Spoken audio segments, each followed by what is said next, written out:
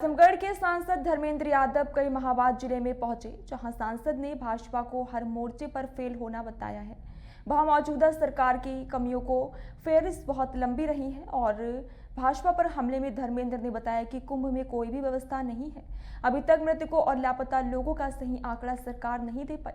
सांसद धर्मेंद्र यादव सपा के पार्टी कार्यालय में प्रेस वार्ता के दौरान कहा कि बजट से जनता संतुष्ट नहीं है। जहां किसानों को कोई लाभ नहीं है, उनकी कर्ज माफी नहीं है, गन्ने के मूल्य का निर्धारण नहीं, बेरोजगारों के लिए कोई नया रोजगार नहीं।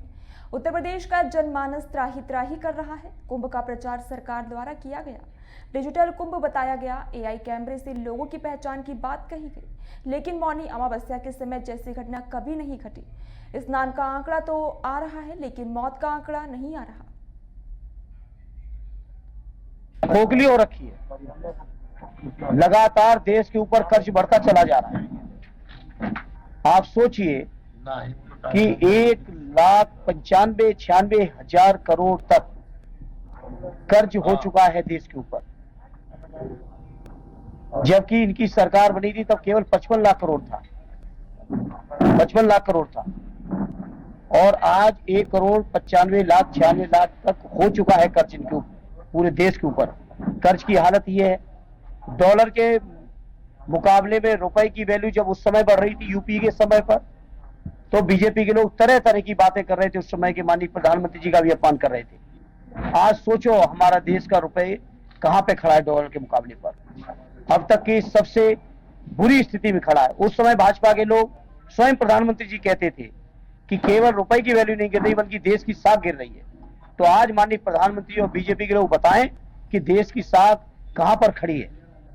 मैं समझता हूं बीजेपी की सरकार में, चाहे लखनऊ में हो या दिल्ली में, दोनों सरकारों ने मिलकर देश की साख को भी गिराया है, देश की अर्थव्यवस्था को गिराया है, देश को तमाम तरह की परेशानियों में झोंका है, चुनौतियों में झांका है, कोई भी समस्या का समाधान नहीं किया है इन्होंने। सांसद जी, एक सवाल है, दिल्ली में जिस तरीके से हादसा हुआ है रेलवे स्टेशन पे, ये अपने आप में बहुत सवाल खड़े करता है, क्या रिएक्शन है इस पे आपका?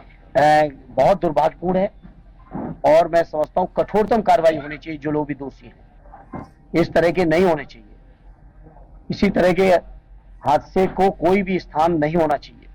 लोगों की जान की कीमत को समझना चाहिए। हालांकि बीजेपी के लोग इतने संवेदनहीन हैं कि इनकी नजरों में लोगों की जान की कोई कीमत नहीं है। कुंभ के नाम पर जहां इतने लोगों की जान गई हो, वहां पे आप सोचिए, बड़े बड़े संतों ने कहा कि इस तरह के हादसे के बाद फूल बरसाने से लेके वहां तमाम चीजें नहीं होनी चाहिए थी, वो भी की।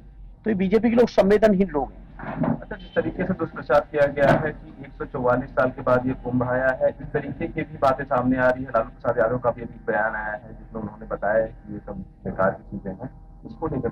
देखिए, मैं तो खुद इलाहाबाद रहा हूँ, 2001 के कुंभ के समय में वहां का छात्र भी था। और अगर उत्तर प्रदेश की सरकार की बात करें तो आजमगढ़ चूंकि समाजवादियों का गढ़ है, सदैव नेताजी आदरणीय राष्ट्रीय अध्यक्ष जी का ये क्षेत्र है, समाजवादियों को मानने वाला क्षेत्र है, तो इसकी तो लगातार उपेक्षा हो रही है। मुझे एहसास है इस बात का। यहाँ की सड़कों की मरम्मत का पैसा स्वीकृत नहीं हो रहा है, नई सड़कों का पैसा स्वीकृत नहीं है। यहाँ के ट्रांसफार्मर मैं समझता हूँ फूक जा रहे हैं, तो महीनों महीनों नहीं बदले जा रहे हैं। हम तमाम जनप्रतिनिधियों ने यहाँ से लेके लखनऊ तक जाने कितनी चिट्ठियां लिख चुके हैं, जाने कितना प्रतिनिधिमंडल हमारे मिल चुके हैं माननीय विधायकों के। दिल्ली के अंदर संसद से लेके मुलाकातों तक जो करना चाहिए एक जनप्रतिनिधि के तौर पर, मैंने, आदरणीय दरोगा जी ने और हमारे आसपास के सांसदों ने, चाहे वो घोसी के हों, अम्बेडकर नगर के हों, जौनपुर के हों, मछली शहर के हों, हम कई सांसदों ने मिलकर लगातार प्रयास किया है, लेकिन अभी भी कोई भी योजना उन्होंने नहीं सैंक्शन की है। एक सवाल ये था कि विधायक निधि है, इसका खर्च नहीं हो पा रहा है।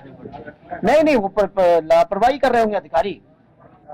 ऐसा नहीं है, हम लोगों के पास तो इतना पैसा है, इतना प्रस्ताव है, अगर अधिकारी दे पाए तो हम लोग एक दिन भी नहीं लगाएंगे प्रस्ताव देने में, इतने प्रस्ताव हैं। रेलवे को लेकर के आपने कुछ पहल की है?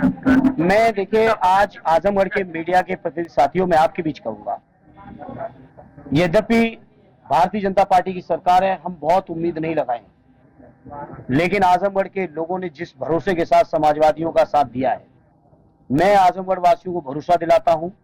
यहाँ की हर समस्या के प्रति, अगर आपने रेल की चर्चा की तो चाहे बनारस से गोरखपुर रेल लाइन का सवाल हो, कई अंडरब्रिज ओवरब्रिज का सवाल है, लखनऊ और मुंबई के नई ट्रेनों का सवाल है। हर मुद्दे पर मैं सड़क से लेके संसद, संसद से लेके व्यक्तिगत अनुरोध तक मैं प्रयास जारी रखूंगा और तब तक जारी रखूंगा जब तक इन कामों को नहीं करा लूंगा। इसी तरह का भी सवाल मैंने उठाया था NHAI के लोगों के सामने। ये जो हमारे जीएनपुर आजमगढ़ से लेके गोरखपुर का मार्ग है, राष्ट्रीय राजमार्ग हुआ है, जीएनपुर में जिस तरह का जाम लगता है, कल मैं गया था लाट घाट पे भी बहुत जाम था। इस तरह पिछले सत्र की व्यस्तताओं में, कुछ पारिवारिक व्यस्तताओं के कारण काफी दिनों बाद आजमगढ़ आ पाना हुआ। जब चूंकि बजट पेश हो चुका है तो मैं वहीं से शुरू करूंगा। भारतीय जनता पार्टी का ये 11वां बजट पेश हुआ और 11वें बजट पेश होने के बाद देश के जनमानस को जितनी उम्मीदें, सपने दिखाए, जितने भाषण दिए, जितने वादे किए, पूरी तरह से पिछले बजटों की तरह ही इस बजट में भी जनता पूरी तरह निराश है। लोगों को उम्मीद लगी थी कि शायद किसानों के कहीं कर्ज माफ हो, नौजवान उम्मीद कर रहे थे कि शायद रोजगार के कोई नए अवसर दिखेंगे बजट में। बीजेपी के लोग आंकड़ों के लिहाज से प्रचार तो बहुत बड़े बड़े बजट का कर रहे हैं कि 50 लाख करोड़ से भी ज्यादा का बजट है, लेकिन मैं समझता हूं देश के 140 करोड़ लोगों में शायद 50 लाख लोग भी इस बजट से संतुष्ट नहीं है। किसान अलग परेशान हैं, उनकी अपनी समस्याएं लगातार चल रही हैं। गन्ने का भुगतान तो दूर छोड़िए, अभी गन्ने के मूल्य का निर्धारण नहीं हुआ।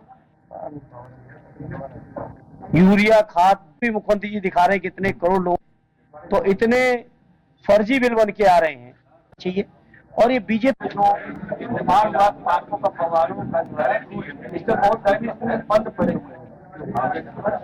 ये मुझे याद है, सदैव नेताजी यहाँ से सांसद थे, आदरणीय राष्ट्रीय अध्यक्ष जी हमारे मुख्यमंत्री थे। उसी समय आजमगढ़ के सभी चौराहों का सौंदर्यीकरण कराया गया था और इतना शानदार कराया गया था। मैं उस समय बदायूं का MP था, मुझे आजमगढ़ आने का सौभाग्य मिला था और उस समय मैं चाहता था कि ऐसे ही चौराहे और भी डेवलप हों, हमारे इलाके में भी डेवलप हों, यानी उस समय मैं बदायूं था। लेकिन बीजेपी की सरकार में लगातार आजमगढ़ की उपेक्षा और इनको इस बात की। सर मेरा अगला सवाल है, मना क्या आपका है? देखिए, आजमगढ़ के विकास के लिए मैंने चुनाव में भी कहा था, सदैव नेताजी ने, आदरणीय राष्ट्रीय अध्यक्ष जी ने, हमारे क्षेत्र के सभी सम्मानित नेताओं ने मिलके आजमगढ़ के विकास की जो बुनियाद रखी है, जो रूपरेखा तैयार की है, जो रास्ता बनाया है, उसी रास्ते पे मुझे आगे चलना है। और मुझे खुशी है कि आजमगढ़ के लोगों ने मुझे आशीर्वाद दिया और इस परंपरा में जुड़ने का सौभाग्य दिया।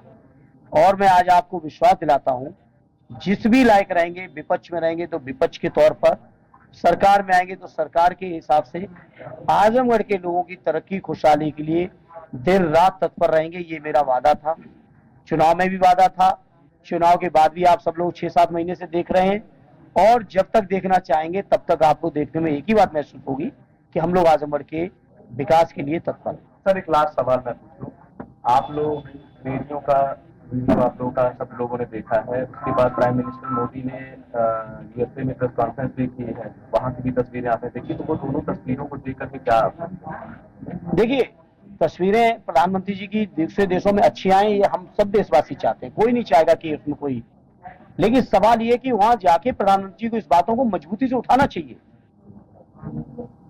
मजबूती से उठाना चाहिए। देश के नागरिकों का अपमान देश का अपमान है और जिस तरीके से अमृतसर के अंदर भारतीय नागरिकों को भेजा गया, वो भी सेना के विमान से, हमारे देश से बहुत छोटे छोटे देश